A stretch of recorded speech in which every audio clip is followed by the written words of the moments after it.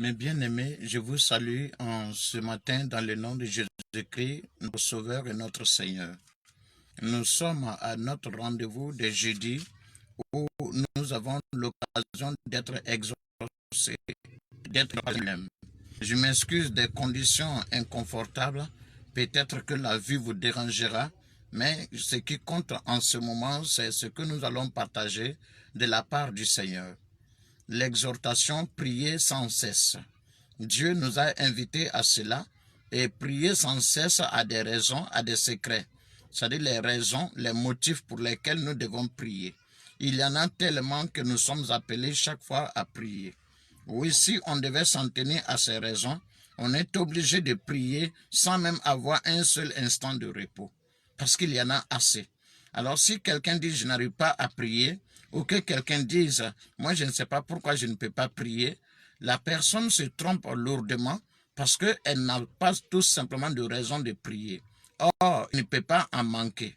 Alors, bien-aimés, je vous exhorte à suivre ce moment dans le nom de Jésus-Christ. Père, merci de ce que tu nous tiens en toi. Tu nous appelles à ta connaissance et à ta lumière. Tu nous établis dans ta communion et ton intimité et tu nous bénis de toutes tes ressources. Merci de ce que tu les fais en ce matin. Au nom de Jésus-Christ, notre Dieu, nous t'avons prié. Amen. J'aimerais en quelques minutes que nous puissions recevoir une exhortation du Seigneur. Prier sans cesse. L'une des raisons pour laquelle il faut prier, c'est le fait de trouver des ressources auprès du Seigneur. C'est auprès de Dieu que nous trouvons les ressources. Nous avons l'exemple de David, évoqué par David dans le psaume 37 au verset 25. Il dit ceci, « J'ai été jeune, j'ai vieilli, et je n'ai point vu le juste abandonné, ni sa postérité mendiant son pain. J'ai été jeune, j'ai vieilli. Je n'ai point vu le juste abandonné, ni sa postérité mendiant son pain. » L'homme d'expérience dans la marche avec Dieu, l'homme qui a connu des temps d'honneur et des temps de douleur, des temps de peine et d'humiliation, qui est passé par toutes sortes de situations. David n'est pas un gâteau qui n'a pas été retourné. Vous savez, un jour, Dieu a dit au sujet d'Éphraïm, il a dit, Éphraïm est un gâteau qui n'a pas été retourné. Beaucoup d'enfants de Dieu, beaucoup de serviteurs de Dieu même sont des gâteaux qui n'ont pas été retournés. Ils ne connaissent pas Dieu dans beaucoup de facettes. Ils ont seulement une perspective unique de la part du Seigneur, de Dieu. Ce qui fait que leur vie spirituelle devient toujours une vie à risque. Mais David est un homme qui a fait toutes les expériences possibles avec le Seigneur. Et c'est lui qui nous parle en disant, « J'ai été jeune, j'ai vieilli, je n'ai point vu le juste abandonné, ni sa postérité mendiant son pain. » Ainsi donc, David nous dit que si quelqu'un est juste, Dieu sera toujours avec lui. Et ses ressources seront toujours à sa portée. Oui, les ressources de Dieu seront toujours à la portée du juste. Parlons du juste. Au regard de David, un homme est juste lorsque, premièrement, il a la volonté d'être dans le plan de Dieu. Le cœur avec lequel vous marchez est ce qui vous rend juste. Quand vous voulez être dans le plan de votre Dieu, alors vous êtes juste. Il n'a rien à vous reprocher. Il ne vous poursuit pas avec un cœur de guerre, de haine, de rejet, de mépris. Non. Et puis, mieux encore, il vous recommande lui-même à toute autre personne et il vous recommande à toute autre circonstance. Vous êtes un juste de Dieu lorsque votre cœur veut l'honorer. Le juste encore, c'est celui qui a reçu la faveur d'être déclaré pur, d'être déclaré juste et saint aux yeux de Dieu. En Jésus-Christ, c'est ce que nous sommes. Lui, il a été le Fils de Dieu avec puissance. Et à son tour, il nous déclare juste avec puissance, en accomplissant ce sacrifice à la croix de Calvaire. C'est le juste. Le juste encore, c'est celui qui est sous le regard continuel de Dieu. Ça veut dire que c'est Dieu qui contrôle tout ce qui le concerne. Alors, la différence entre le juste et celui qui n'est pas juste dans ce monde, ce n'est pas le manque de problèmes. Ce n'est pas le manque de difficultés, mais c'est le soutien, la présence, la compagnie de Dieu aux côtés du juste dans toutes les circonstances. Qu'il soit en situation d'honneur ou en situation de peine, il a la compagnie, la complicité, la confidence et le soutien de Dieu. Mais celui qui n'est pas du Seigneur n'a pas la compagnie, il n'a pas le soutien, il n'a pas la faveur de Dieu. C'est ce qui fait la différence. Alors, vous n'êtes pas juste simplement quand vous avez de l'argent et que tout va bien, vous n'avez pas de difficultés. Vous n'êtes pas juste parce que vous avez des enfants et que vous n'avez pas de problème. Vous n'êtes pas juste parce que tout se passe bien. Vous êtes juste parce que Dieu vous a sélectionné pour vous avoir sous son regard continu. De sorte que vous attirez toujours son attention et vous faites l'objet de sa faveur spéciale. Oui, et David dit que le juste n'a jamais été abandonné et sa postérité ne mendie jamais son pain. Alors, bien aimé, qu'est-ce que David veut nous enseigner par là? Le Saint-Esprit, se saisissant des déclarations de David, veut nous dire quelque chose. Frère, quelle que soit la situation, il y a trois choses qu'il faut avoir en soi. Premièrement, il faut avoir ce que l'on appelle la paix de la situation. Ensuite, il faut avoir l'intelligence de la situation. Et enfin, il faut avoir la force de la situation. Et ça, c'est capital. Si vous ne l'avez pas, vous êtes d'office vaincu. Le monde ne nous sert que des problèmes.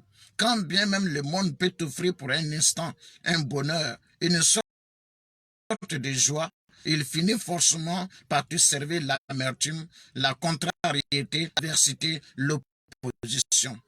Il finit par te servir des situations que tu n'aimerais pas. Alors, tu as besoin véritablement de ressources. Dans Ésaïe 30, nous lisons la parole du Seigneur. Ésaïe 30, le verset 15. L'homme de Dieu parle et nous dit ceci. Voici ce qu'il déclare. Car ainsi a parlé le Seigneur l'Éternel, le Saint d'Israël. C'est la tranquillité et le repos, c'est votre salut. C'est dans le calme et la confiance que sera votre force. Vous voyez, je m'arrête là.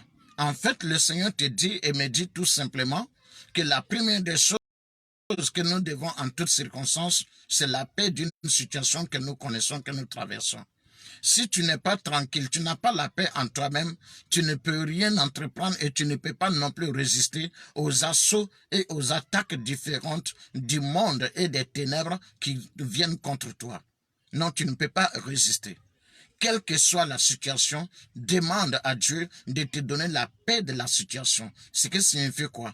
Que Dieu donne à ton cœur cette tranquillité, ce calme, cette sérénité qu'il envoie dans la vie de ses élus par le Saint-Esprit.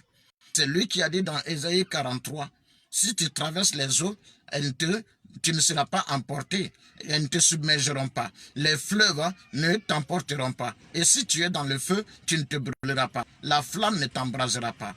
Ce qui signifie que ce qui est censé détruire, brûler, faire suffisamment mal, faire en sorte qu'on perde le contrôle, lorsque nous avons la paix de Christ par rapport à la situation, alors nous gardons le calme, nous gardons le contrôle, malgré que cette situation continue de se manifester. On appelle encore cela le feu qui ne brûle pas. Nous avons la paix d'une situation, alors quel que soit son déroulement et quelle que soit sa durée, il n'y aura pas d'impact négatif sur nous. Et tu as besoin de cela. Mais pour avoir cette paix, tu dois la demander à Dieu. La Bible dit, si quelqu'un manque de sagesse, qu'il la demande à Dieu, qu'il donne à tous simplement et sans reproche, et elle lui sera donnée. Dieu est généreux et surtout, avec les justes, il est prêt à donner. Sois juste. Sois avec Dieu, il te donnera ce que tu lui demanderas. Et l'une des choses dont tu as besoin, c'est la paix dans toute situation. Bien-aimé, que Dieu te bénisse. La deuxième chose qu'il faut noter, c'est l'orientation en toute situation. On a besoin d'être orienté. On appelle ça encore l'intelligence de la situation. Quand vous êtes dans une situation et que vous n'avez pas d'intelligence là-dedans, alors il est clair qu'elle vous écrase. Vous n'en sortirez jamais. Vous ferez beaucoup plus d'erreurs. Et c'est ça notre problème. Que nous soyons non-chrétiens ou chrétiens, la plupart du temps, quand nous traversons des situations, notre comportement, nos réactions font que nous aggravons la situation. Les filets avec lesquels on attrape les oiseaux sont en réalité souvent étendus de manière simple. C'est l'oiseau qui en fait un piège. Quand il tombe dans le filet, il décide et il entreprend de se sauver. Mais dans sa manière de se sauver, c'est de l'agitation. Et ce qui l'amène tout simplement à mieux enrouler le filet autour de ses pattes et il ne peut plus en sortir. Quand tu manques de l'intelligence d'une situation, tes attitudes, tes comportements et tes réactions contribuent à t'enfoncer davantage et à faire en sorte que la situation t'anéantisse. Alors ce matin, Dieu veut te parler Et il te dit ceci dans le psaume 84, au verset 6. Il dit, heureux ceux qui placent en toi leur appui. Ils trouvent dans leur cœur des chemins tout tracés. L'inspiration, la révélation, l'intelligence. Tu connais l'orientation à adopter, l'attitude à adopter, le comportement à avoir dans une situation précise. Frères, sœurs, on ne traite pas toutes les maladies avec le même médicament. Alors il faut avoir l'intelligence de la maladie et aussi avoir le médicament qui convient. Ça veut dire que tu ne feras pas les choses toujours de la même manière et sortir de toutes les situations. Autant elles sont différentes, autant la manière d'agir, de se comporter sera totalement différente. Alors bien aimé, et tu as besoin d'intelligence. Cette intelligence, tu dois la demander à Dieu. Si tu veux réussir, non seulement à sortir d'une situation sans t'enfoncer davantage, mais à sortir de sorte à ce que tu as vaincu définitivement cette situation, tu as besoin de l'intelligence de la situation. Et Dieu est celui qui te l'apporte. Frère, sœur, que le Seigneur te bénisse ainsi, que sa grâce soit toujours avec toi. La troisième chose qui est une ressource nécessaire pour le juste, c'est le fait que Dieu lui donne la force d'avancer. En parlant de force, on parle de courage. On parle de ce que tu as à cœur, la vision, le fardeau qui est en toi devient une force, un caractère. Avec ce fardeau, tu ne regardes ni à droite ni à gauche et tu ne regardes aucune difficulté, aucune adversité. Ce que tu dois faire, tu te mets à le faire. Et tu n'hésites pas à le faire. Et ce à quoi tu es appelé, tu te mets à l'exécuter. Et tu n'hésites pas pour cela. Frère, sœur, c'est le cas de Bartimée. Lorsqu'il a compris que Jésus passait et qu'il cherchait à crier à lui, il cherchait du moins à toucher Jésus, à approcher Jésus pour qu'il le sauve. Les hommes se sont opposés. Les compagnons de Jésus, la foule et même ceux qui ne connaissaient pas Jésus certainement qui étaient là, ont commencé à se présenter en rempart, en barrière entre Bartimée et Jésus. Mais le fardeau qu'il avait de recouvrer la vie et d'être un homme normal et responsable était très fort en Bartimée. Et donc, il a eu davantage de courage pour s'opposer à ces personnes et pour crier mieux encore. Alors, une ressource dont tu as besoin, c'est de la force, du courage, avec les moyens qui l'accompagnent. Alors, si tu les demandes à Dieu, Dieu te les donnera. Tu seras plus ferme, tu seras plus fort et tu réagiras avec une certaine vigueur, une certaine puissance et tu t'en sortiras et tu iras à la conquête de ce que tu attends. Psaume 84, verset 8. Il a dit, leur force augmente pendant la marche et ils se présentent devant Dieu à Sion. Leur force augmente pendant la marche. Quand bien même qu'il y a des raisons de se décourager, eux, leur force avance. Leur force augmente. Bien aimé, c'était l'exhortation de ce matin.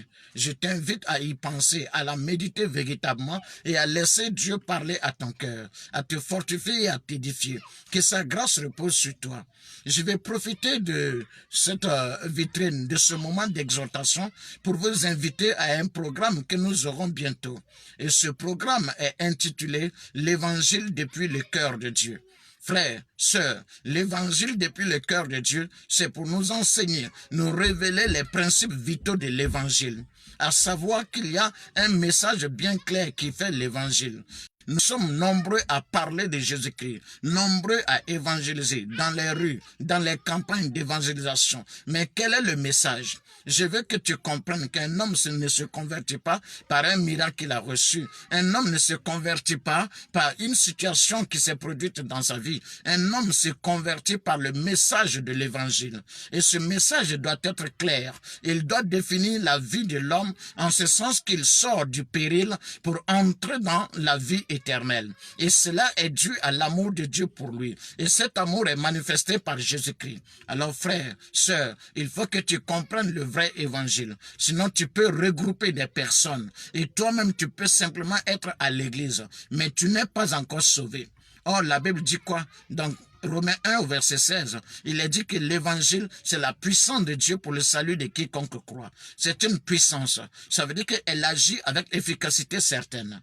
Vous voyez? Donc, si l'évangile agit avec efficacité certaine, quelle est l'efficacité de l'évangile? C'est le transport de l'homme dans la vie spirituelle, de sorte que le contact de Dieu est évident en lui et évident autour de lui. Et qu'au travers de cela, l'espérance de la vie éternelle est établie. La compagnie du Seigneur est quelque chose de certain et quelque chose d'équilibré. Alors, bien-aimé, je t'invite à ce programme. À partir du 12, nous serons là tous les soirs à 18 h jusqu'au dimanche. Et cela permettra que nous comprenions le message de Dieu, que nous-mêmes nous le recevions correctement et que de notre côté nous puissions le témoigner à d'autres personnes, comme la femme samaritaine, comme les aveugles, les lépreux au temps d'Élisée, et que nous aussi nous fassions l'expérience véritable avec Dieu, l'expérience salvatrice, et que nous puissions la communiquer à d'autres. Que Dieu te bénisse, que sa grâce et sa paix reposent infiniment sur toi. Dans le nom de Jésus-Christ, nous avons prié. Amen.